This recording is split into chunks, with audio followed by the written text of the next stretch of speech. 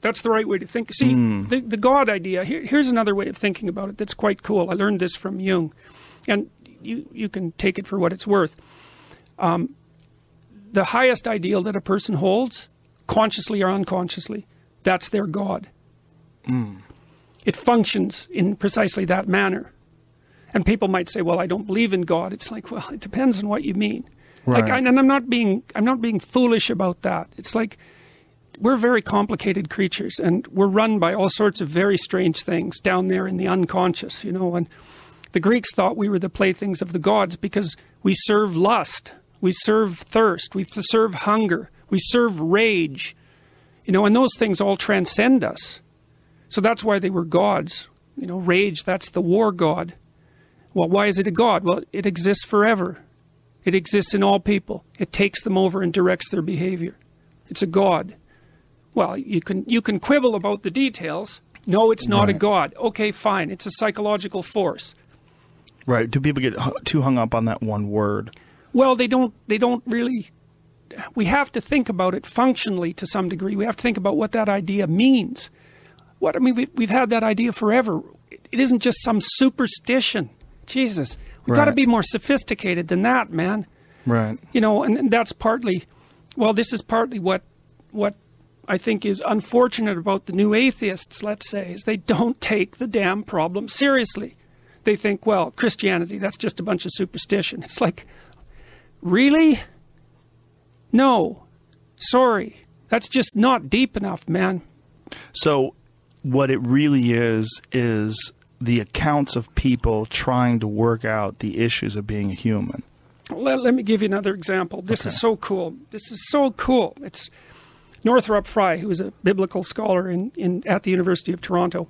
This was one of his elucidations of the structure of the Bible. So the Bible's actually a story, which is weird because it's a whole bunch of different books written by a whole bunch of different people, edited kind of willy-nilly over thousands of years, and then assembled, you know, by committee. It's a really strange book, but it has a narrative structure. So, and that sort of emerged as a collective decision across these thousands of years. So the Old Testament, here's the rough story in the Old Testament. Israel is sort of a middle power, and it rises to power, and domination. And then a prophet arises and says, look, you guys, you're all successful now. You're starting to get corrupt. You're not paying attention to the widows and children. You're not running your state according to the superordinate principle. You might say, well, the superordinate principle doesn't exist. It's like, okay, keep running it that way and see what the hell happens. That's what the prophet says, usually at the risk of his life. He says that to the king. It's like, fine, you don't believe in God, you don't believe in the superordinate principle. Let's say that, the superordinate ethical principle. No problem. Keep doing what you're doing. Let's see what happens. Well, what happens is Israel gets wiped out, you know, and then for generations it's enslaved or its population is being destroyed, and then it sort of climbs back up to power, and then it gets powerful for a brief period of time, and it gets corrupt, and a prophet comes up and says, remember that superordinate principle that you made a covenant with? You're not paying any attention to it anymore. You better look the hell out. And everyone ignores it, and bang. So it's order, corruption, chaos. Order, corruption, chaos. That happens 6 times now. So there's an idea behind it. The idea, because the state keeps rising, there's an idea that emerges out of that the aim is the perfect state. That's a utopian dream that arises out of that, let's call it, learned process over thousands of years. If we could only get the state perfect, if we could only get the state of perfect, well, let's say like the state of Israel, or the Russian state, the communist state, if we could only bring utopia in at the political level, our problems would be solved. Well, then what happens is there's a transition in conceptualization, and that happens with the New Testament. And the New Testament conceptualization is, wait a minute, the state isn't salvation. The individual is salvation. Now you say, well, we're going to just throw that out, are we? That was a hell of a discovery, man. And then there's more to it. It's not only is the individual salvation, it's the truthful individual that's salvation. You think of how difficult a concept like that is to develop. If there's anything less self-evident than that. You know, because you think, well, who's going to run the dominance hierarchy? It's like the biggest bloody monster with a club. It's like, no, it turns out those are unstable. Those societies are unstable. They don't work. They collapse into chaos. They get corrupt. They lose sight of the superordinate principle, whatever that is. The stable solution is the individual that tells the truth. And it's taken us forever to figure that out. And that's partly what the postmodernists are after. That's their anti-phallogocentrism. That's why they skitter off and hide in their ideology. They're afraid to come out. They're afraid to be seen. They're afraid to speak because they have nothing to say.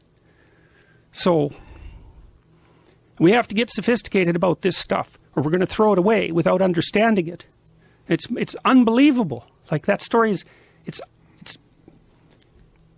the story upon Western civilization. It's the story upon which Western civilization is founded. That's why Nietzsche said, when God was dead, that everything would collapse into chaos. He didn't say that triumphantly.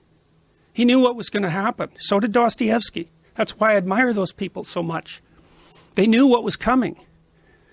So what I've been trying to do, and I've been guided in large part by Jung, because he was the first. See, Jung took Nietzsche's problem seriously. Nietzsche said, look, we're losing our faith. We're losing our ability to relate to this superordinate ethical principle. And he actually blamed Christianity for killing itself with the sort of truth that it had produced.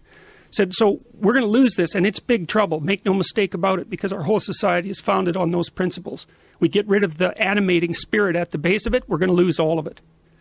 So, and Nietzsche thought, well, we're going to have to become superhuman to manage it. That's where his concept of the overman comes from, or the superman, which the Nazis sort of pulled off and parodied, I would say.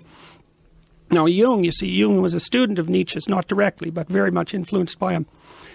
Jung thought that Nietzsche was wrong, that we couldn't create our own values. Because, look, it's so hard to create your own value. Like, let's say you're kind of an overweight guy and you decide to go to the gym for your New Year's resolution. It's like you don't. You go twice and then you stop. And it's because you can't create your own values. Right? It's hard. You're not your own slave. You can't just tell yourself what to do. You have a nature. And so Jung's idea was, well, that we had to go back to the mythology. We had to go back to the stories. We had to go back into the underground, unconscious chaos and lift out what we had forgotten. And that's what he was trying to do with his psychology. And he's done it very effectively. Very, very effectively. He was a revolutionary thinker, but very difficult to understand. And so I've been working with Jung's ideas for a long time, trying to, I would say, make them more rational and articulate. And believe me, that's no critique, because every time I go back to Jung, which I do from time to time, thinking I've kind of mastered him, I learn a bunch of stuff that I didn't know. So what I've been trying to do is to resurrect, I'm trying to resurrect the dormant logos, I